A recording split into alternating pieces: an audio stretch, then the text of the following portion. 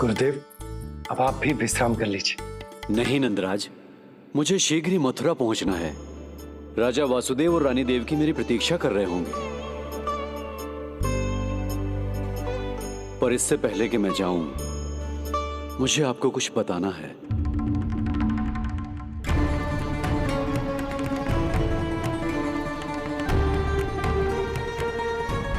गुरुदेव, आपके ललाट पर बल पड़ गए। सब कुछ ठीक तो है ना? कहीं आप मुझे कंस के बारे में तो ना बताना चाहते? गुरुदेव, मैं जानता हूं कि कंस नवजात शिशुओं की हत्या करवा रहा है।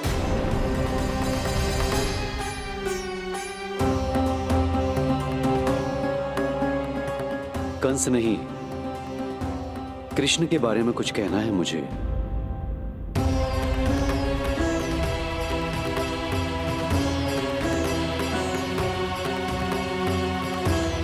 बताइए गुरुवर।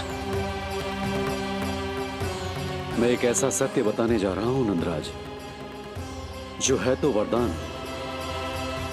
पर उसे स्वीकारना आपके लिए बहुत कठिन होगा।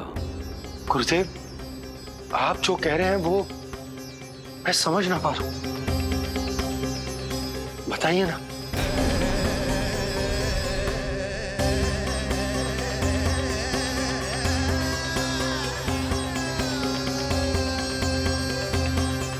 बताइए ना गुरुवर।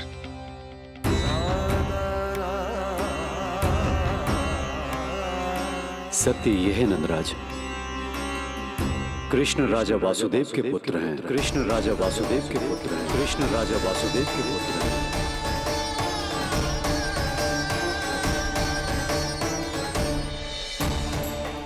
और वो कोई साधारण बालक नहीं है, स्वयं श्री हरि विष्णु के अवतार हैं। और वो कोई साधारण बालक नहीं है, स्वयं श्री हरि विष्णु के अवतार हैं।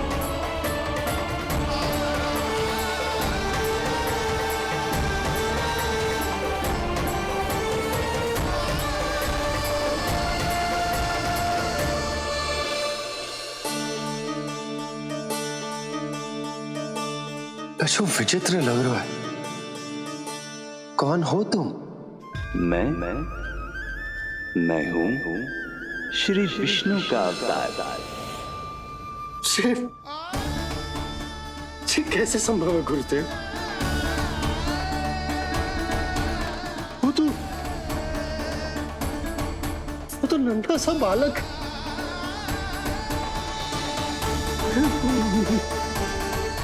वो श्री नारायण का अवतार कैसे हो सकता है? और गुरुदेव, आप ये सोच भी कैसे सकते हैं कि वो मेरा लल्ला वसुदेव भैया का पुत्र है? यही सत्य है नंदराज, पिछले जन्म में मिले वरदान का फल है ये।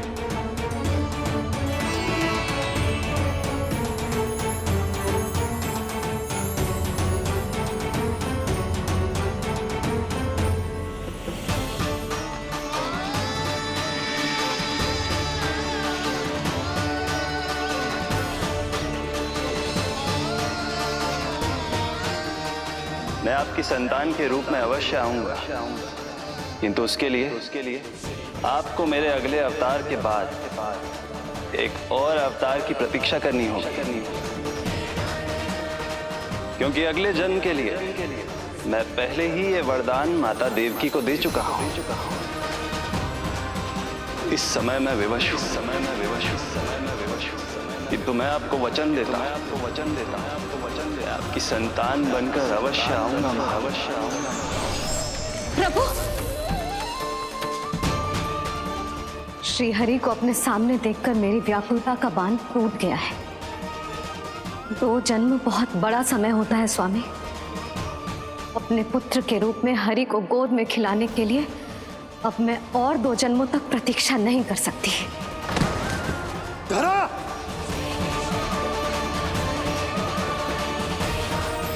माता देवकी को मैं पहले ही वचन दे चुका हूं, इसलिए विधि के विधान के अनुसार मुझे उन्हीं का पुत्र बनकर जन्म लेना होगा। किंतु आपकी आतुरता का अनुभव करने के बाद अब मैं भी आपका स्नेह पाने से स्वयं को और वंचित नहीं रख सकता। ये जो भी हो रहा है प्रभु की ही लीला है। कृष्ण के जन्म के तुरंत बाद भगवान विष्णु के आदेश पर वासुदेव जी के यहां आना पड़ा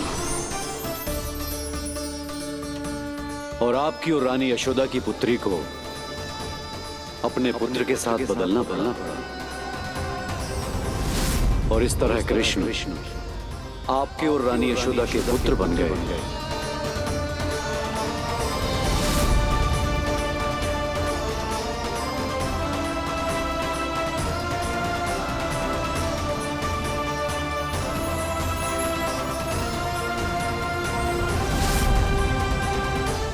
आपने सही कही थी गुरुदेव, कि सुनने में तो वरदान ही लगता, पर इसे स्वीकार करना होता ही कठिन। जब यशोदा को इस बात का पता चलेगा तो उसे कैसा लगेगा? अपने नाम का अर्थ अच्छे से सुनो है ना तूने? उसका हर एक अक्षर भगवान श्री नारायण से संबंधित है, जैसे उन्हीं का स्वरूप है तू। बस मैया, ये सत्य आपसे छुपा रहे, इसी कारण बाबा के लिए ये जानना आवश्यक है। फिर चाहे इसे स्वीकार करना उनके लिए कितना भी कष्टदायक क्यों ना हो। नहीं नंद, ये सत्य उन्हें आप नहीं बताएंगे। स्वयं प्रभु ने मुझसे कहा है किसी और प्राणी को इसके बारे में भनक तक नहीं लगनी चाहिए, और रानी यशोदा को तो बिल्कुल नहीं। गुरुवर, कंस के आक्रमणों की जानकारी यशोदा से पहले ही छुपा कर रखना कठिन था। अब इतना बड़ा सत्य मैं यशोदा से कैसे छुपाऊंगा? आपको छुपाना ही होगा नंदराज, यही प्रभु की इच्छा है।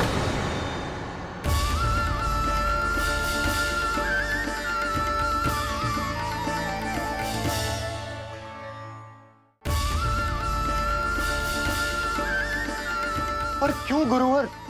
ताकि नारायण अपनी मैया की ममता का अनुभव कर पाए। यही तो उनके अवतार का मुख्य उद्देश्य है। मुख्य उद्देश्य? हाँ नंदराज, नर नारायण के अवतार में अपनी तपस्या करते समय प्रभु ने जो अनुभव किया था, उसके कारण ममता के सुख का अनुभव करने के लिए प्रभु व्याकुल हो उठे थे। ऐसा क्या हुआ था? मुझे भी बताइए। हो सकता है ये बात इस सत्य को स्वीकार करने में मेरी सहायता करे। बहुत समय पहले की बात है। अनेक देवी देवता परम प्रभु विष्णु के पास बैकुंठ गए थे।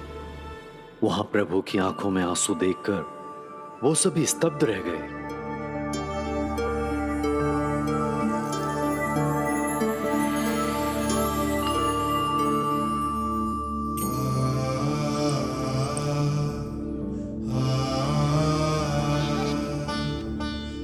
प्रभु,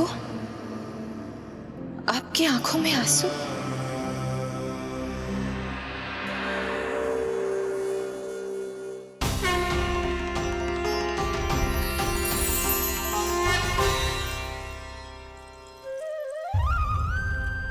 चिंता मत कीजिए, आप सब तो जानते हैं हिरण्यकश्यप को मारने के लिए मैंने नरसिंह अर्थात आधे मानव और आधे सिंह के रूप में अवतार लिया था।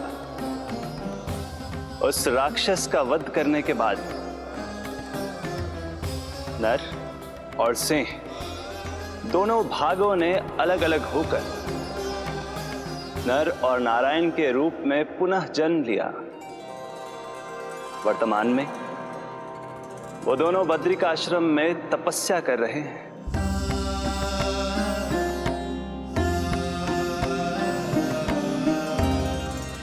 आज उन दोनों ने कुछ ऐसा देखा जिसने मुझे भी भावुक कर दिया।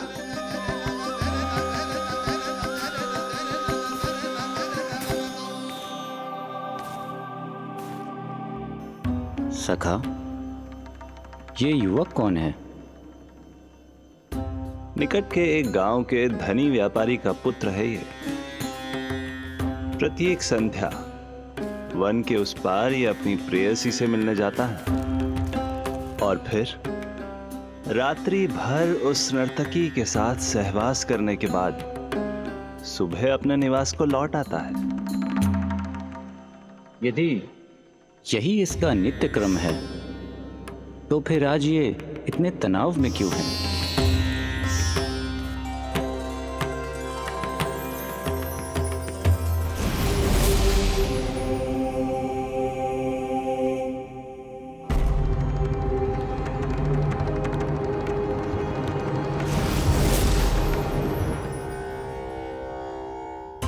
कल रात्रि प्रेम क्रिया के मध्य उस नर्तकी ने इससे पूछा, ये सबसे अधिक प्रेम किससे करता है? जब इसने कहा तुमसे, तो वो बोली, तुम्हें अपने प्रेम को सिद्ध करना होगा।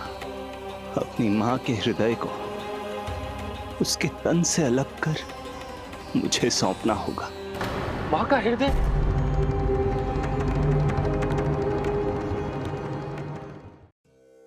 फिर क्या हुआ प्रभु? वो लाया अपनी मां का हृदय? ये जिज्ञासा यक्ष प्रश्न बनकर पूरे दिन नर और नारायण के मस्तिष्क में कौंधती रही। उन्होंने संध्या होने तक वहीं नदी किनारे प्रतीक्षा करने का निर्णय लिया ताकि वो ये जान सके कि क्या वो युवक अपनी क्रूर प्रेयसी को छोड़ेगा या वासना में अंधा होकर अपनी ही माता की हत्या करने का जघन्य अपराध करेगा। अब उसके वन पार करने का समय बीत चुका है। युवक ने विवेक का परिचय दिया है सखा। हे प्रभु, आपका कोटि कोटि धन्यवाद।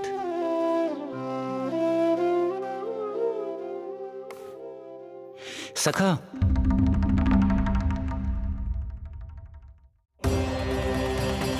सखा मुझे बताओ, जो अकल्पनीय था कहीं वो घट तो नहीं गया?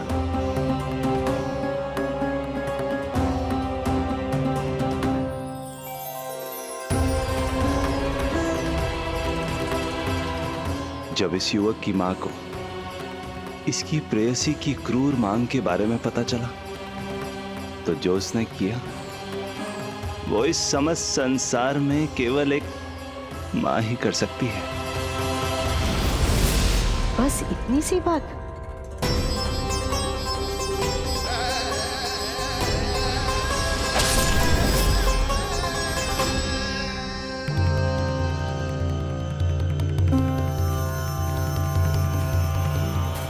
संभाल के मेरे बेटे, कहीं चोट ना लग जाए तुझे। संभाल के मेरे बेटे, कहीं चोट ना लग जाए तुझे। संभाल के मेरे बेटे, कहीं चोट ना लग जाए तुझे। ये तो उसकी मां की पुकार है। मां, मैंने क्या कर दिया मां? मां!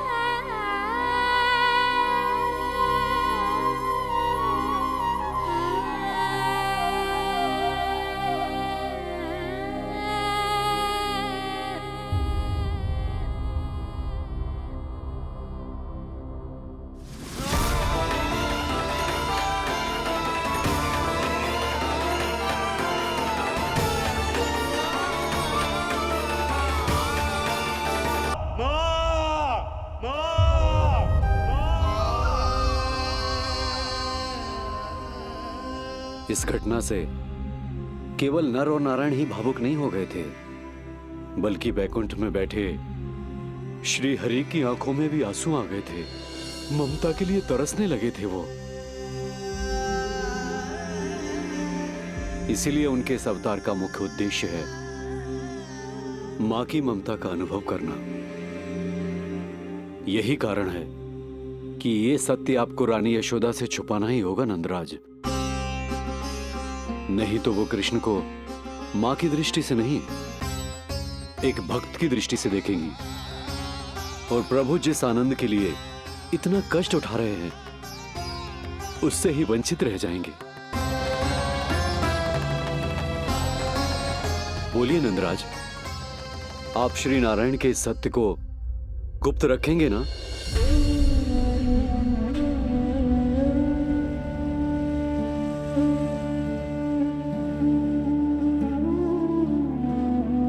प्रभु ने मुझे कैसी दुविधा में डाल दिया है गुरु। यशोदा से तो ये सत्य मैं छुपा भी लूंगा, परंतु स्वयं से कैसे छुपाऊंगा? और बाबा होने को सुख, उसको अनुभव कैसे कर पाऊंगा? जो हो रहा है और जो भी होता है सब उनकी ही इच्छा से होता है नंदराज। इसलिए आगे का मार्ग भी वही दिखाएंगे। अब मैं चलता हूं नंदराज। राजा वसुदेव और रानी देवकी नामकरण के बारे में जानने के लिए व्याकुल हो रहे होंगे।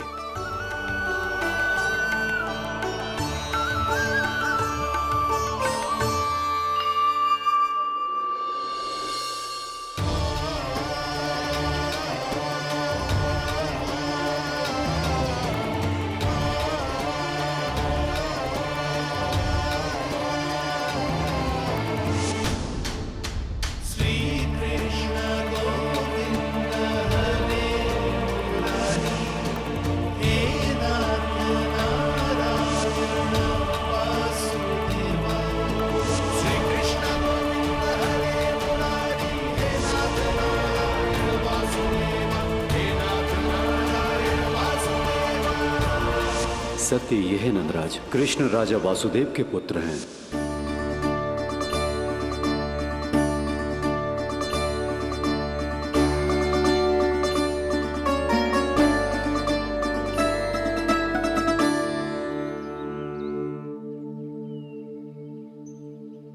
नंदराज, अपने आप को संभालिए और शांत चित्त से घर लौटिए। और हां, स्मरण रखिए कि प्रभु ने आपको बहुत ही बड़ा उत्तरदायित्व सौंपा है, आपको उसे निभाना ही होगा।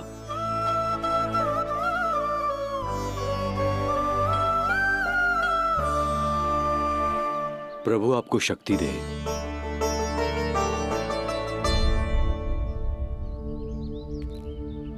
आप बहुत सौभाग्यशाली हैं नंदराज। जो प्रभु आपके घर पल रहे हैं उनके बारे में सोचिए, जिनके यहां प्रभु ने जन्म लिया है। वो दोनों तो प्रभु की बाल लीलाओं से पूरी तरह से वंचित हैं।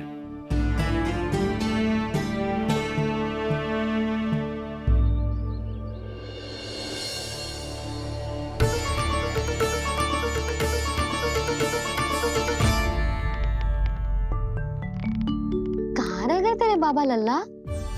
जे आए क्यों ना अब तक?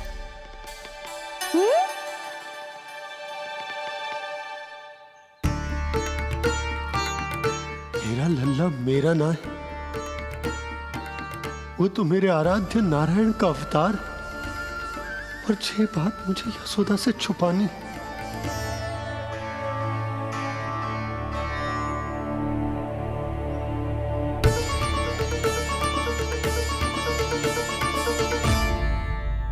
बाबा वहीं खड़े मत रहो, अब आ भी जाओ ना।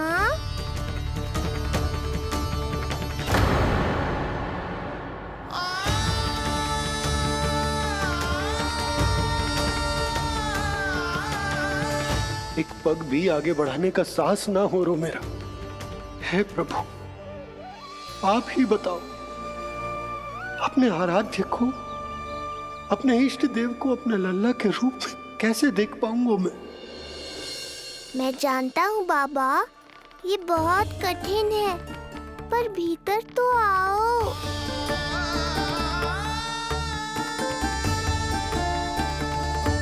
अब आ भी जाओ बाबा, ऐसे बाहर कब तक खड़े रहोगे आप?